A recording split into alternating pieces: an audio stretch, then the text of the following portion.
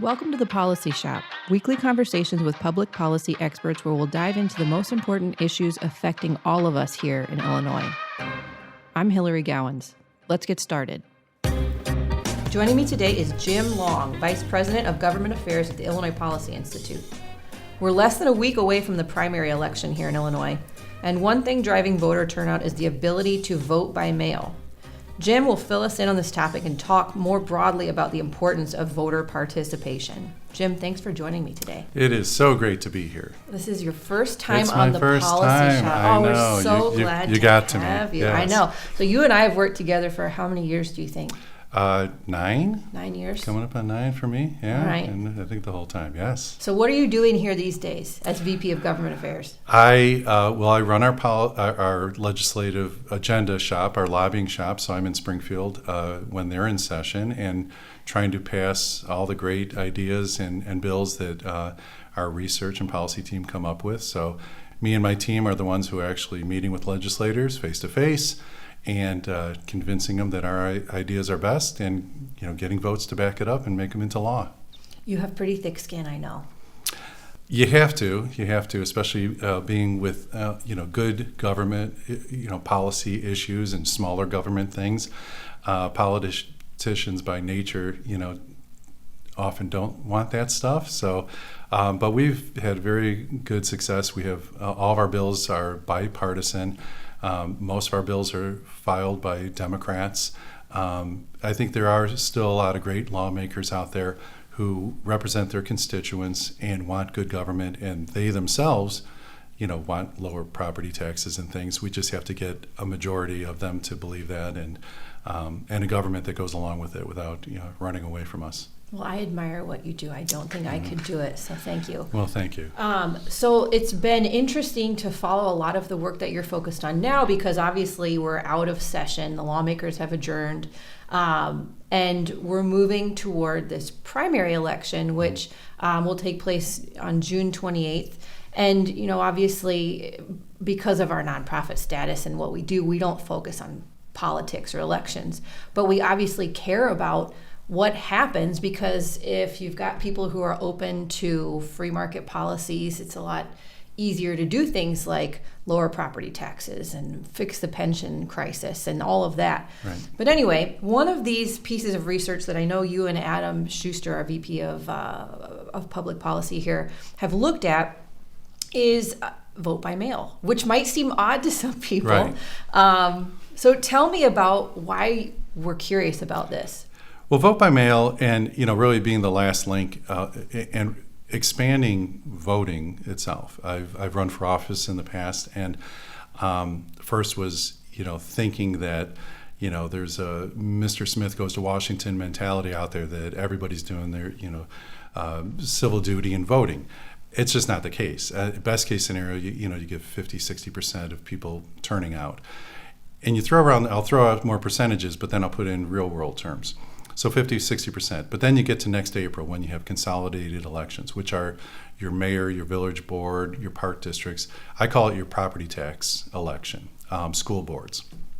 80% of your school board are being voted on and passed by the people that are going to be elected in the spring of the odd year elections. In those races, I just pulled the data the other day, 2 years ago, 15, 14, 16% turnout. So if you're not voting in those, and if you're the 50% or whatever it is of the people that are turning out for governor and state reps and what's going to be on the June 28th ballot, you're allowing other people to make the decisions that you're probably complaining about the most. So when it comes to vote by mail, first we start with, you got to get people out to vote. And if there are obstacles in their way that prohibit them from turning out on election day, well, then you have you have early vote, which is going on right now. You can go to, send us an email, we'll tell you where to go, or go to your local board of elections that every county has. And then lastly, you have vote by mail in order, but it's an important part because it's a catch-all.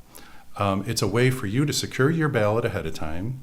You can study who's on the election, who's going to be on in the election.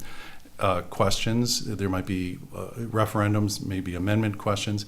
Your judges, most people have no idea what the voting record or the history of a judge that's on the ballot. They might see the commercials and they get the mailers. They know the top of the ballot stuff. But you can study it. But ultimately, then you can take that ballot, which is your property, it's your commodity. You can go into the early voting booth, exchange it, vote in person if you can do it, if your schedule allows. Or you can go election day if that's your tradition. Exchange your vote by mail ballot and vote in person on election day. If something happens, if it's 7:05 and the polls just closed and you didn't get to any of those cases, you fill out your application, you drop it in the mail. Your vote, which is important, counts. So I know a lot of people are really skeptical of vote by mail, particularly conservatives. Right. How do you feel about the idea of mailing in your ballot? And what do you say to people who are on the fence? They're skeptical because it's been, dismissed and equated, as fraud, flat out fraud.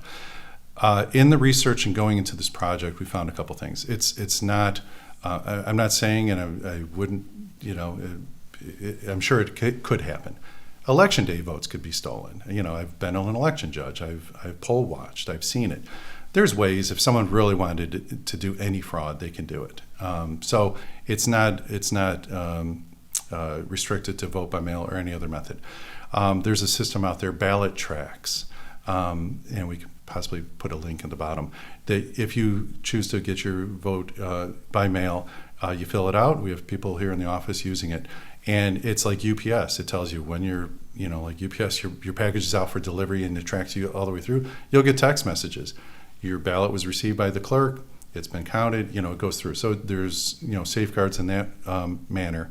But I really think that if it was solely about fraud by those who do make the laws, it would be mandatory. Why would there be a choice? The rules are such that it increases voter turnout. And as the rules are, if you're a fiscally conservative person and you want to elect people that reflect, your thoughts and the way you want it to be governed, utilize the rules that are in place and just and use it how they're intended to be. And that's to get people out to vote beyond that 14%, beyond that 40 or 50%. Get more people out to vote. And one thing you were sharing earlier, you talked about how in this most recent legislative session, lawmakers passed permanent vote by mail. Mm-hmm. So essentially, on your application to get a ballot that you can turn in by mail, there's a box, right, that you can check that says, mm-hmm. sign me up for permanent vote by mail. Right. And that, I guess, mm-hmm. I like to be prepared for things. I like to have options. Sure. So one idea you posed to me was, go ahead, check that box. But again, if you would rather walk in to Village Hall or wherever you vote, you can just hand the ballot over. Or if something happens, your car crashes, your kid gets sick, you can still send in You're covering the ballot. all right? bases. Okay. Exactly. And the permanent vote by mail, it's just a simple, it was kind of snuck in at the end of the session, and it's a simple line. If you look at any of your county clerk's ballot applications, which you have to fill out, there's going to be a little checkbox that says, all ensuing elections until I move, send me a ballot, and I don't have to fill this out again. Again, people fill out credit card applications. They do their, vehicle registration. There's a lot of things we do that, if you thought about it, could be subject to fraud. This is not unique. By getting your ballot and knowing that it's coming and having the ability to track it and trace it and then follow up, it really is the best safeguard against not voting and missing your opportunity and losing your voice. And again, as you said, if you're really uncomfortable, keep it in your hand, go in person, hand it over to the election judge. They will give you the opportunity to either, by the electronic or another ballot, they'll exchange it. They'll give you a same-day voting ballot, and you vote and you drop it in the box right there. Yeah, I think the way that you put this earlier, encouraging people with different ways that they can participate in the vote. I think that's really important because I've had Adam on here to talk about the fact that, J.B. Pritzker has refused to make good on his promise to implement fair maps, which leads to so many elections being uncontested. You know, you go to your polling place and you vote. You go to vote on your state representative, and there's one name that you can pick yes or no, and that's not choice. No. The great thing about this upcoming general is that it seems like we're on track for the most competitive elections in like 2 decades. Certainly. So I think it's been really exciting to learn more about ways that we can give people an opportunity to participate in their democracy. Exactly. Is that what it encourages you? Absolutely. You know, you don't know what's going to, none of us know the future. We don't know, 10 minutes from now, let alone June 28th or in November.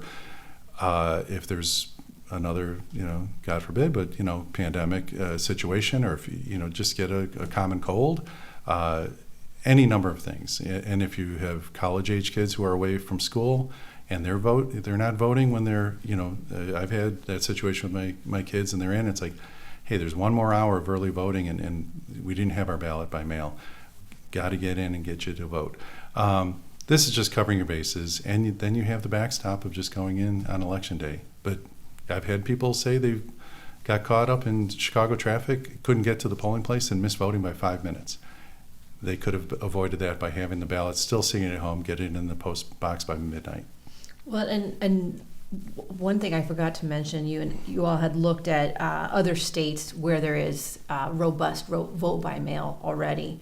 And if we use the experience that those states saw and apply it to our voting population, we calculated something like 200,000 extra votes could be cast in this upcoming election. That's going to swing every election going forward.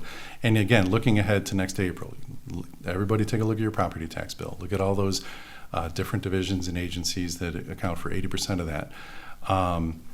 If there's a fiscally progressive side, that you don't agree with, that are opting in, they're going to have 50% turnout. And I've said that on both sides, it's been traditionally 15, 16%. So, either we have to ramp it up one way or another, but otherwise, kiss goodbye all of those elections.